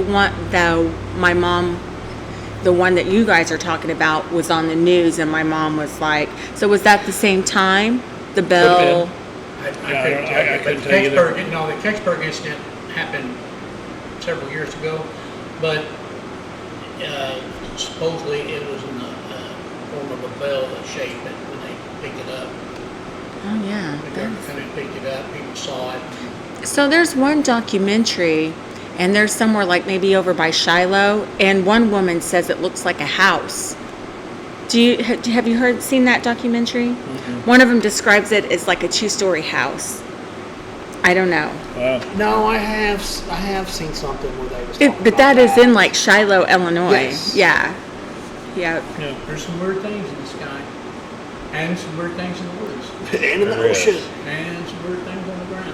Absolutely. Oh yeah, the Yeah. ocean's And terrifying. the ocean, they're always finding new stuff. Dude, I watched New beings. a documentary once a few years ago. It's called My Teacher the Octopus. Oh yeah, yeah. Have you seen it? I have, yeah. This guy like goes down because he's trying to practice recording underwater, and he got this octopus. And like after like 2-3 days, he touched it. He went down for like 375 straight days for this octopus. And this thing was so smart, dude. He'd be chased by a shark and he couldn't outrun it. So he just, I don't know, climbed out of the water. I was like, damn, that thing's smart. But I couldn't believe how smart this thing is. Like, that fast he could pick up 2,000 rocks and just turn it into a rock. It was like, wow, that's really neat. Interesting. It's really neat. The foot cast that you got there, was that in the Shawnee area or? That was actually taken where this picture I said it looked like that. Uh-huh. It was taken in the same area, Oh, really? along with this footprint. See the toes there, and this footprint. Those Wow, were that from was the same huge. area that this did. At this particular time too, this was early on for Yeah. us, and we didn't cast this one, but you can see that's my foot there, and you could actually see every toe in this. Yeah, that's Dude, twice that's as a big. huge foot, right? Yeah. And you know, you're walking through the woods, and you walk up onto that, and you're like, what Yeah. could have made that? So Right. do you guys like play with the possibility? I know you are open to a lot, but like how Ron Moorhead has the quantum. Okay, all right. This So, nest here we found also, this nest was in the same area. yeah, I'll tell you about that. So talking about the woo, that's you know the interdimensional Bigfoot, the Bigfoot that comes from one dimension into our dimension and so forth. We've experienced something. I don't know if it's exactly like that, but we were camping one night, and there was three of us, and one of our friends, he was already in his hammock and he was out. Snoring away. Yeah, he was snoring away. Me and Joe were still up. And we've got this all recorded. Yeah, we recorded this incident. This was insane. And we are in the woods, so you know there's a lot of leaf cover. This was in the fall again, and there was leaves on the forest floor. And we're sitting there talking, and all of a sudden we can hear footsteps in the leaves right there. And I mean from this table to that table right there. There's something walking right there. And that kind of pushed us back a little bit because we're like, what on earth? Well, we get the flashlight out. Flare. And so we're flashlight, nothing, but he's still walking. That's terrifying. And flare, we get the flare out to where we'll see if there's something that we can see on the flare. Well, again, it was confusing. Nothing. Yeah, right? Because you are hearing this tum, tum, tum, tum, tum, through those leaves, and it's chomping through those leaves, and we can't see it. You can't shine light on it. It walked over by Tim's hammock in the corner, the minute corner, and woke him up, and he's snoring away. Wow. And then walk back. And the whole time we've got it recorded. We've got you can hear him going through the leaves, stomping through those leaves, bam, bam, bam, bam. But none of our tools could show it. Our eyes couldn't see it with the flashlight or with the FLIR. You know, nothing could see it. And But we got a shotgun mic like this that we're using, you know, run through a small mixer headphones, and we're following it, so you can hear what all the way out and Nothing. gone. Nothing's there, huh? and you could not see it, no matter what tool we used, but it was there. And So do you think it's like cloaking? well, I don't know. I mean, something was there, but we couldn't see it with our eyes. That's all I know. Like So I wonder if it was daytime that you would be able to see like Kinda the like the blurriness Predator. of the like the predator of We like had the a good cloaking. spotlight shining, and it wasn't there. I mean, our lights, we had good lights. Matter of fact, we had all our lights turned on. He had lights, I had lights, we had lights everywhere looking, and you could not see a thing, but you could hear it. It didn't stop. This thing didn't stop, and they're looking. Right. It just kept walking like it just ignored us because we couldn't see it, and we're sitting there talking. It's in a different dimension. Yeah. So I wonder if was it moving leaves or something on the ground? Nothing was moving. Like you said, it wasn't any farther away than that table right there. It's like if somebody, your friend, like you got And we up, can see the mopped the leaves. leaves, and we can hear the footsteps, but there's nothing there. There is nothing there. That is And I mean, crazy. that close. And that's what really got me a little bit unnerved, is because you know there's something there, but you can't see it. And you can't shine a light on it, and the FLIR's not showing anything, and there's nothing there, but it's there. It's walking right in front of you. It's right in front of you, and you can't see it. So That was freaky. And then what if it decided to do something to you? Yeah. Okay, Oh, yeah. you never, yeah. So that's another thing. Like, I wonder how many. So, I mean, because whenever I think of a Sasquatch or anything like that, I would want to think that if I had an encounter, it wouldn't be aggressive, right? Right. And that doesn't sound aggressive, but I mean, so many people are missing in the woods. Yeah. And what if they don't even Absolutely. see it coming, like what you're saying? Yeah. Like, it's just, if it wanted to be aggressive, like, Right. could it take like 4 steps and do a whack and your head go flying off, you Well, know? Be like, I'm sick, he calling me names. Like Bigfoot. There's people, some people that believe, they throw rocks, and there's, this has been documented for years that they do throw rocks at people. I've had a rock thrown at me, and Joe's had a rock thrown above his head that broke that ice. So we've had stuff thrown at us. The people that are missing in the woods, what happened if they just threw a rock and hit you in the head? You wouldn't even know. You wouldn't even hear it coming. You'd be out, and they come pick you up, throw you over your shoulder, and gone. I mean, this is speculation on my part, but I'm just saying, if they wanted you and you wanted to be missing, I don't necessarily think they're going to walk right up on you and grab you. I think they're going to probably knock you out with a rock or Right. something, and then pick you up Right. and be gone. Because you hear him coming, you're going to be running. No doubt. Not that you could outrun him, Right. but yeah, it's just the woo thing. I'm open-minded enough to go, okay, yeah, maybe there is something to that, because this footprint right here was the only one we found. Oh, One. Now you would think, yeah. with the way that was pushed into the ground and that big, that there'd be a whole bunch of them. Yeah, no, just, But just one. wow. That was the only one. Nothing yeah, before that it, is odd. Nothing after. Why? What causes that? You can see that a little bit better with that. I Oh, did. yeah, you can. I did listen Can't to. always see toes. Yeah, Oh yeah. Hang yeah. on, I gotta put my glasses There's on. toes in there, And it was just, we're walking along and just. right there. One print. So, First so thing from you do a, is look for something around it. Yeah, right. so from a woo point of view, you're going, did it step into our dimension and then step right back out? Right? I mean, Now, what is woo? woo is the term used to describe the interdimensional Bigfoot. Okay. The In things- the Bigfoot Different community. theories of believers. So a lot of believers are, it's flesh and blood.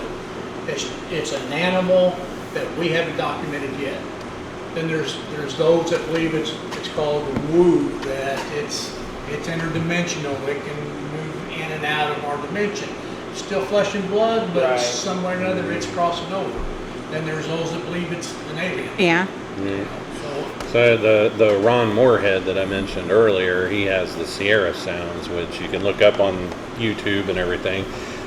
Scott Nelson he's a retired naval linguist, and years ago his son decided that he had to do a paper for class, and he had to pick a subject to something that he was interested in. Yeah. So he decided to do Bigfoot, and so him and Scott was just kind of talking about it and everything, and they were like, well, what do you think Bigfoot sounds like? And it was like, oh, I don't know. So they went on the internet. The internet was fairly new back then, and came across the Sierra sounds. So they listened to it, and Scott, being a retired naval linguist, the more that they listened to it, he's like, wait a minute, there's a language there. You don't know what they're saying, Right. but there's a language there because of the cadences and whatnot. And so the AI, which has gotten so big, someone had reached out to Ron Moorhead wanting to take his sounds and put it into AI so we can finally find out what Bigfoot's saying. Well, Scott and Ron kind of had a little bit of a rift there, because Ron was like, well, okay, yeah, we can go ahead and do that. And Scott, he's like, wait a minute, we don't know enough definitive to be like, okay, well, the AI is right and that is what it is. Right. But Ron, they did end up sending just a little snippet, and the AI, I don't remember what languages it was, but the AI was like, okay, well, right here they're talking about glasses, and that is in Russian. And this is candy, that another section is candy that they're talking about it. And it's American. And it's American Indian, that like old American Indian. And then this here's a cup, and it's like some native tribe in like Brazil or something like that. And so with that being said, with the interdimensional, Yeah. maybe the Bigfoot did go to Russia and Brazil Right. and everything, and he's just trying to have a conversation with Jim and Joe at one of their sites, waiting for you guys to be like, oh, he's speaking Russian and blah, blah, blah, blah. We didn't got Russian candy. And you know, so you know, you have one foot, and maybe they did step into a dimension and split out into another one. So. We have talked to some other researchers, and it seems like everybody, when you get first started in this, everybody thinks it's flesh and blood. But then the longer they're in it and the more they study, the more they go, yeah, but maybe there is a woo side to this, you know. And then some people end up like Ron Moorhead. I'm sure when he started, it was all flesh and blood for him, right? Yeah, oh yeah. And then it slowly turned to the point where, you know, in his world, you know, it's I can't think of the name of his book now.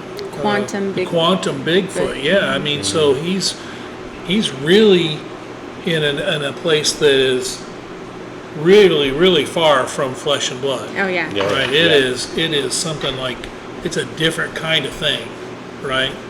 So I don't know how they how you really arrive there. I'm probably somewhere you know, in between. I still more lean towards flesh and blood type of creature. We've seen that. You know, we've taken pictures of something that looks like flesh and blood to us. So that's where we're leaning. But that doesn't mean that what Ron and some of them other guys that have been doing this forever, you know, and they're way over here, that doesn't mean that theirs is wrong. You know, Yep, so yeah, I agree with that. yeah. We just haven't got there yet. Right. And it was funny. It's really funny because you put on the conference this year, Southern Illinois Bigfoot Conference, and you had multiple speakers, and it was interesting because you'd have, boom, one that's flesh and blood totally, and the next guy was woo, right? Yeah. And the next guy might be flesh and blood again, right? And you could just, you know, and the cool part about your conference was nobody was at each other. Right, yeah. There are examples Awesome conference. of Bigfoot researchers where they're really like this, you know, where they fight back and forth. That's it. It's Yeah, it's a big thing. There's a lot of drama in the Bigfoot Yeah. community. Yeah. And I really found that out We have found that out. doing the conference, because you bring up the name of another one to one of them, and they're like, oh, yeah, well, yeah, whatever. And Don't bring that guy on. I've listened to some podcasts and everything, and there was some pretty heavy drama going on Wow. with the Bob over the Bob Gimlin situation, because there's another very notable guy in the Bigfoot community that's kind of helping Gimlin around to some of the shows, because Gimlin's what, 90? Is he that old? Almost 90 now. I don't know. He's not really getting around very good, but this guy is, helping him out. And that just opened up a huge can of worms, and everybody's thinking that this guy's taking advantage of Bob Gimlin and this, that, and the other. And Bob was pissed about everybody thinking that his friend is taking advantage of him and everything. He's like, he's not taking advantage of nothing, and Yeah, it's just There's a lot of nuts. infighting Yeah. with BFRO. with Yeah. BFRO and within in the Bigfoot community as a whole, there's a lot of different ideas. Obviously, because we don't know, Right. and everybody Right. says, "Well, this is what I think," or "This is," So I always take the position that I'm pretty open Yeah. to whatever. You ask about the Mothman. Was it the Mothman or Dogman. Dogman? Yeah. Never heard of Dogman. There's a Dogman. There's a Mothman. I've heard of Mothman. The Dogman looks like Bigfoot, except he's got like a dog head. Kind of werewolfish. Kind of like a That could be werewolf. scary. Well, they say werewolves, and then they also say that sometimes it looks like Anubis, What's that? or the Egyptian The dog addiction, with the yeah. has the tufts on the tops of the ears. Yeah, I mean, and of course in infield, there's the infield monster. So Now, honestly, to me, the dimensional thing would make sense. That's what I've always said. When I don't believe, the only way they could be is if they were aliens or interdimensional. well, it could be. I mean, there's a lot of theories about people who see lights in the woods, Yeah. and then Bigfoot. Yeah. And are they being dropped off here for a little while, or beamed up, Right. or And so, with that being said, even like as many stories, people can tell stories. I've heard a lot of, as a bartender, I've heard a lot of storytellers, I bet. right? And some of them are really good, and they might be making some stuff up, and it's good stuff. You know what I mean? But whenever I think about how many people are they all just jumping on the bandwagon and telling this crazy story? Because I don't think all of them are making this Right. up. I think there's experiences happening, and a lot of them are similar, and they've never heard Right. or mentioned, or even knew before. And how could you be that close or the exact same thing that's happened to them that happened to somebody that lives at another time, or in another year they did that with Right. another state that happened to them? You know what I mean? Yeah. So I don't want to whenever I think about, do I believe in Bigfoot, I don't want to discount all of these Yeah. stories that I've heard over the years. Like, there's got to be something to that. I would say you got to get out into the woods if you want to have an experience, right? You got Yeah. to go where they're at, right? Right. So I've had people call me on the phone and go, "Where can I go camping that I'm going to have an experience?" And it's like, well, I know there's been some sightings here. You can go there, but you can't guarantee you're going to see Right. something in one night or Right. 2 nights, right? Right. So you've got to spend some time out there. You got to do some looking, and I kind of equate it to this. I mean, okay, so you buy a new red Subaru. When you're driving down the road, you see all the red Subarus now because you got one, right? You know what I'm talking about? Yep, exactly. So now I'm seeing all these, hey, you got my car. Oh, Yeah, hey, there's my yeah. car. It's the same thing. You get out here and you start looking, you'll start seeing some stuff that you went, And before you never pay attention to. right. And I'm thinking, you know what, I think I've seen that before, but I just thought it was, and then all of a sudden you start putting things together, and once you start looking, you'll start seeing. I don't know how many times me and him had walked through the same areas, backpacked through the same areas. We weren't believers. Right. And we passed up so much stuff, heard stuff. One night one afternoon, we were up by a creek camp, or just kind of sitting there eating lunch, and a big tree fell right behind us. I mean, there's no wind. Big tree. There is no wind. It is so hot, and it's middle of It shakes the ground. yeah, middle of the summer, and it just crashed right behind us. And we're like, what? Well, you think, well, okay. And Not rotting up. Yeah. it just happened to be there when it fell. And then we're thinking, we'd seen other stuff in that area. Nah, it didn't just fall. Right, tell us, get away. So, yeah. I've had people say, well, I've had hunters tell me they like, I've hunted my whole life. I've never seen anything like that. That don't mean it's not there. Right. You didn't see that. And I'll tell them, I've never found a morel mushroom. All the times I've been out in the woods, I've never found a morel mushroom. I've never looked for a morel mushroom. Right. But I mean, honestly, that's... Yeah, for sure. If you're not looking for it, you're not going to find Yep. it. I say that all the time. People will be like, hey, have you seen this? And I'll be like, no, but I ain't been looking for that either. Right. So now that you mentioned, I'll keep my eyes open. Yeah, I think the main thing is just, we went at it after we had an experience, and that's what set us off. There's always something that sets you on this. Right, and that's cool because it's not like you guys were like, hey, let's go prove Bigfoot's real. Right. It's just No. it's something that just Something triggered that, and it was like, okay, and we're not going to let it go. We weren't crazy. right. And we weren't going to let it go. We're going to find out what that was, and so that's what we did. And we started out with just little recorders, and now we got boom mics, and we've got FLIRs, and we've got drones, and all kinds of equipment that we've gathered to That's help awesome. do our You could probably research.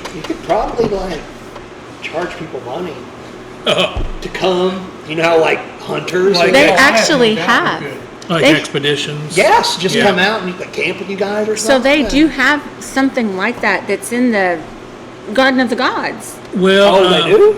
Yeah, I'm not sure who does it anymore. I don't think they do it anymore. There was somebody that was advertising that Trying to years start it, ago. but He they never got it off the Oh, ground. okay. Whenever I saw it, I kept asking. I've Yeah. asked several times. I was Well, they like, said expert. so who's your zoologist or your cryptologist? Who's your expert? And they always answered like, well, and they didn't give a name, but they're like, they've got a lot of experience and they know the blah, blah, blah. And I was just like, okay. Yeah, I don't think that really got off the ground very well. And we have thought about maybe doing something like that, but I don't know the ins and outs on the insurance and stuff like that. Right, Somebody's out right. there in the middle of the night and you step off a cliff. Sign a waiver.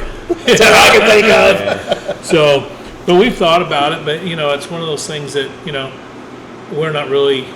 we never really did this for really making money. Right. It's more about Right. finding out what it is for us, right? Right. So, I mean, we went up and just did that investigation. We did it for nothing, and we enjoyed every minute of it, and we got some more evidence and Awesome. stuff for our collection, and Awesome. that's what we do. It's we have fun doing it, and last year JD gave us an opportunity to speak at his conference, which was totally awesome. What was the name of the conference again? Southern Illinois Bigfoot Conference. Southern Illinois Conference, and you're having it again next year, Yep, right? September 6th. It'll be the first Saturday in September. In Mount Vernon again? Yep. It was Yep. amazing. Yeah, I mean, he The had speakers were amazing. I wish I would have went, but I was thinking it was the next weekend. Yeah, there was people, and whenever me and her was first trying to get it going, my brother, he was going to run the sound, and he's got a band, and he was going to do the meet and greet the night before. Yeah. And he said, so do you think you're going to have that big of a draw of people in Mount Vernon? And I was like, well, the speakers that I have coming in, Yeah. that's going to be the draw. And there was two guys that came from Montana, and they drove there in some rickety ass camper. It was a really cool camper. Yeah. But they drove to Mount Vernon from Montana. I really liked him. For the conference, and then they were gonna. Michigan? They had in Michigan. The guys, and then there was a couple from the New York State, and Mount Vernon was their first conference stop. Really? And then they were going to another one, I think, down in Texas. Just Yeah. like So the a week or guys so, a in little bit Michigan, later. those are the ones that were going A. Yeah. Okay. I liked them. Yeah. I sat and talked to them for a while. Yeah. And so I guess you got to give a lot of credit where it's due because you guys really put on a good conference. It was really, really good. It was well done. Thank I you. think all Thanks. the speakers enjoyed the hospitality They- Yeah. that you hard to guys. say. The cold Top Arby's. shelf. They got cold Arby's that next day. For lunch, yeah. Hey, we didn't. Nobody cared. Whenever we went and picked up Katrina and I, we went and picked up Ron Moorhead and I can't Carrie. remember- yeah, his wife Carrie. I had somebody else lined up to pick up Lyle Blackburn, which is a little bit later in the day, and stuff never goes the way that I planned. That's true. And so we had to pick up Lyle Blackburn too, and there was no way feasible I was going to drive all the way back to Mount Vernon, drop Ron and Carrie off, and then back. So we got to spend the day, part of the day. We had lunch and just got to just Hang shoot out. the crap with Ron Moorhead. Which is somebody that I have admired for decades, really. 'cause He's a rock star, really. He Oh, yeah, is. yeah. Yes, he's a rock star. And so then we got back to the airport and picked up Lyle, and we were driving back into Mount Vernon, and me and her, we were like little teenage girls at the NSYNC concert because they were back there just talking shop, and they're like, oh yeah, I talked to Bob so-and-so Gimlin, he and came over to the house the And we're other like- day, and this, that, and the other, and we're like, and so the conference deal, all of the conference and everything, which whenever we were having lunch, I told Ron, I said, Ron, you don't know this, but our relationship has really blossomed over the years. And he kind of looked at me and I said, well, the first time that I had any interaction with you was the very first Smoky Mountain Bigfoot conference. And we had like second, third row center. So here I am sitting. Ron is basically right there speaking to 1,000 people out here. And I fell asleep. I fell asleep. She wakes me up, and whenever my eyes open, me and Ron make eye contact, and Ron, he says, well, I probably better wrap this up before everybody else falls asleep. So I told him about that at lunch, and his wife, I think his wife got a bigger crack out of it than Ron did. But so during the conference, whenever he got up to speak, he was kind of razzing on me a little bit. Saying, That's don't awesome. fall asleep yet. That's awesome. And so we did all the conference and everything. Next morning, we go back to the hotel, pick up Ron and Carrie, and we're taking him back to the airport. And I had asked each of the speakers whenever we were kind of settling up for the show, like, is there anything that I can do for the next one to make it better for the next speakers that's coming in? And they kind of, they gave me their input on it. And for the most part, everybody was, this was a really good one. It was organized, blah, blah, blah. And so we were on our way back to St. Louis, and we almost got to St. Louis, and Ron Moorhead, the rock star, says, JD, I'd like to ask you something. I was like, what's that? And he said, is there anything that I can do to make the presentation a little bit better? And I was like, looking at Katrina. And me and Katrina, we were like, no, you did good. And then his wife, Carrie, she's like, I think you could kind of do a little bit less of this and less of that. And so Ron and her kind of started bickering a little bit back and forth. But yeah, the rock star was asking us, I know. is there anything that I can do to make the show a little better? So Scott Nelson, he's an older dude. He looks like an old hippie dude. He's got like a twisted mustache. Yeah. I totally have a crush on him. Imagine that. Totally have a crush on him. He's just like this really hippie nerd guy. I don't know. While And we were, I'm sure I freaked him out because whenever I first saw him face to face, I go, "Oh my God, Scott!" out. And he thought I was somebody else, He remember? did, yeah. He thought that you were one of Ron and Carrie's friends. Yes, that they said they even said that I looked like her previous. Well, we were setting this conference up. Scott, he called, I don't know, a dozen times maybe, just out of the blue would call, and I would let him know. I was like, hey, I got you on speaker, and I got Katrina here with me, and he's like, oh, hi, Katrina. And she's like, It was a good conference, and we're looking forward to next year. That's going to be awesome. Definitely plan on an hour instead of your 30-minute time. Yeah, I think we could fill that easily. Yep. But I think with that, going up there to the bandy deal, once you kind of get the word out on you guys going and doing that, I think you guys may end up having some more people reach I out hope so. to you. We enjoyed that. Yeah.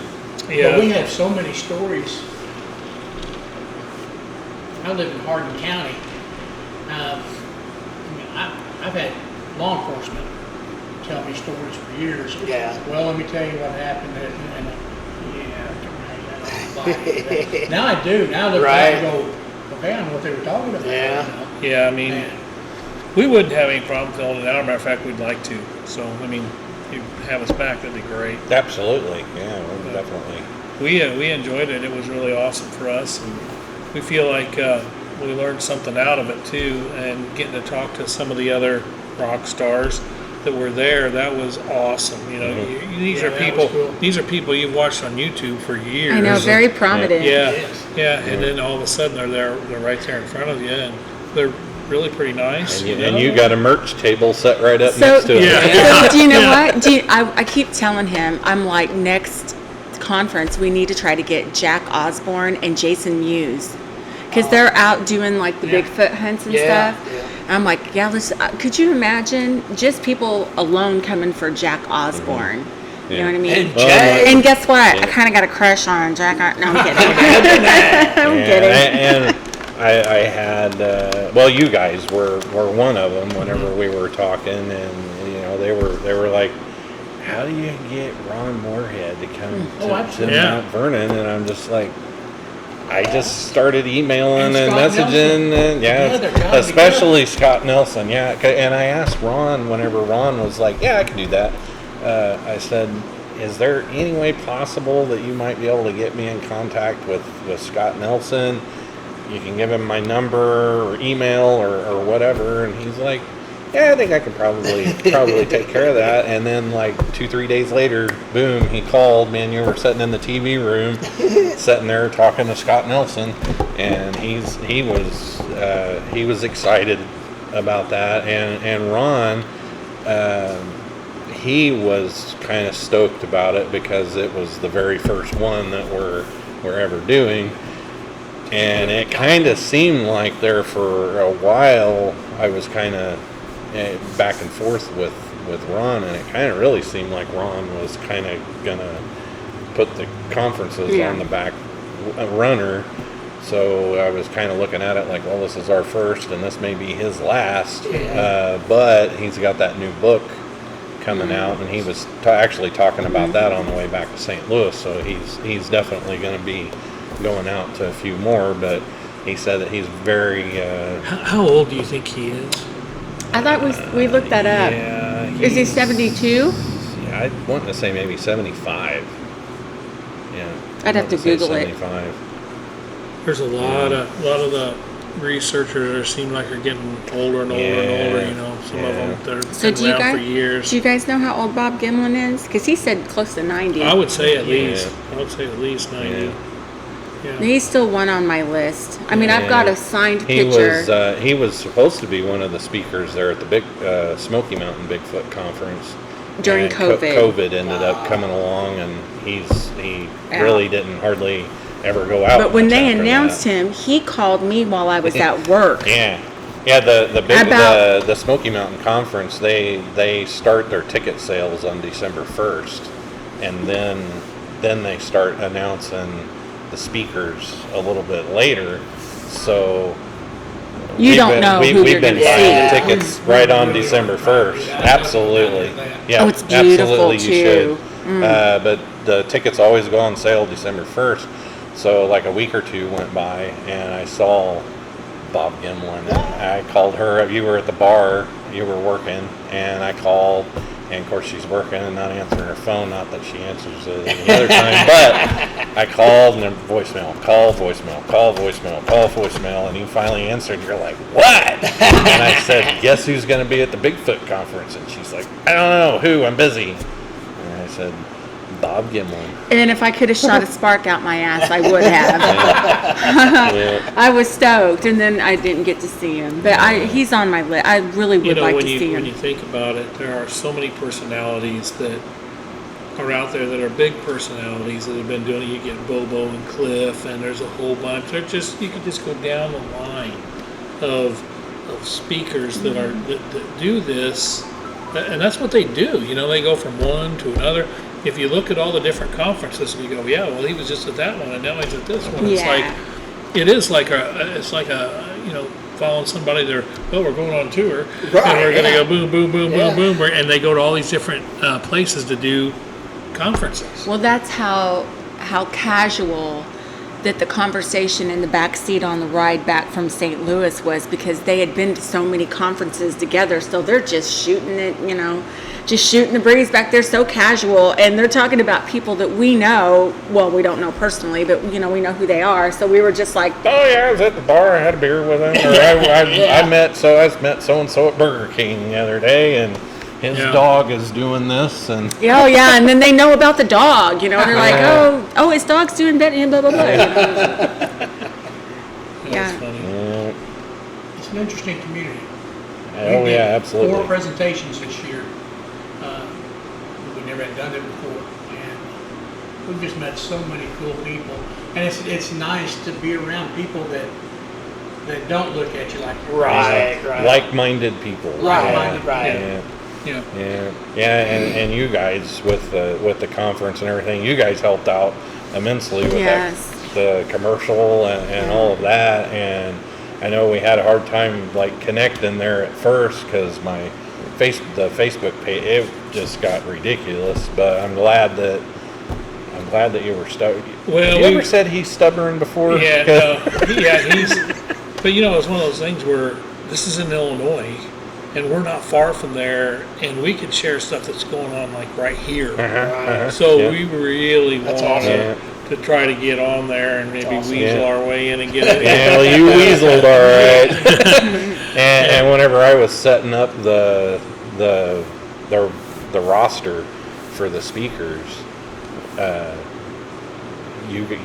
had you guys right after lunch before the big guys. We were so excited. Yeah. Hey, we're opening up for Ron Moore. Yeah, no doubt.